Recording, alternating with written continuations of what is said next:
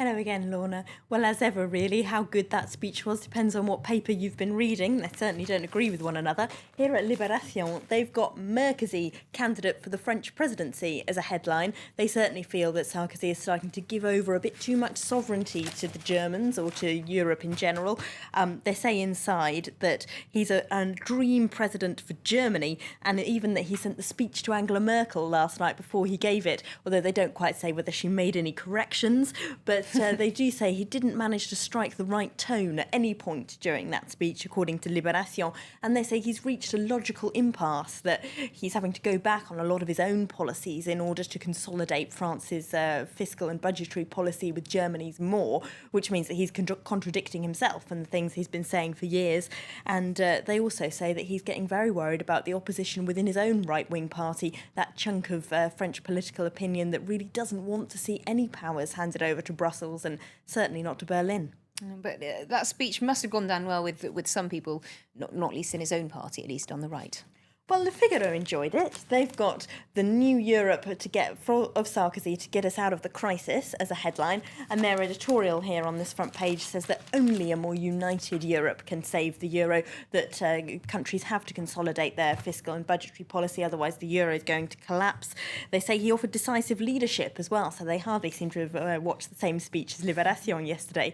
And they do also focus on the attacks he made, or, well, the implicit attacks that he made on the French left and their policy towards Europe. He didn't specifically mention them, of course, because officially he's not yet campaigning. He's not announced that he's standing for next year's presidential election, but they say really it was a campaign speech. He mentioned policies like the left's 35-hour week and their desire to take the French retirement age back down to 60. He had lots of criticism for those policies. And the business paper Les Echos also seems to think it was something of a campaign speech as well. Yes, their headline is Sarkozy calls for more effort to face crisis. And inside in their editorial, they say again that he's turned his back on the last 3 years of his policy making, which involved a lot of things like tax cuts for interest groups that supported him.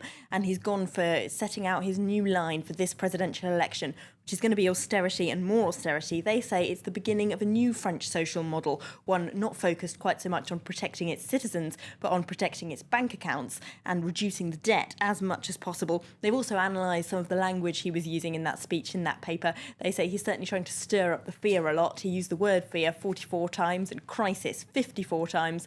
One word, though, that seems to have disappeared a bit is the word France. It seems to have been replaced by Europe, which he also said 21 times, I think. Wow, so some good stat analysis there. But the other business paper, La Tribune, they wanted more concrete details, didn't they?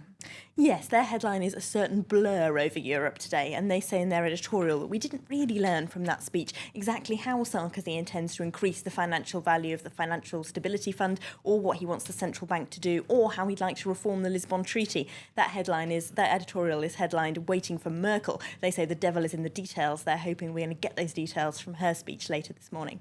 And we will, of course, be following that here on France 24. But finally, Le Parisien, they report that Sarkozy isn't being quite as frugal as perhaps his speech might have suggested.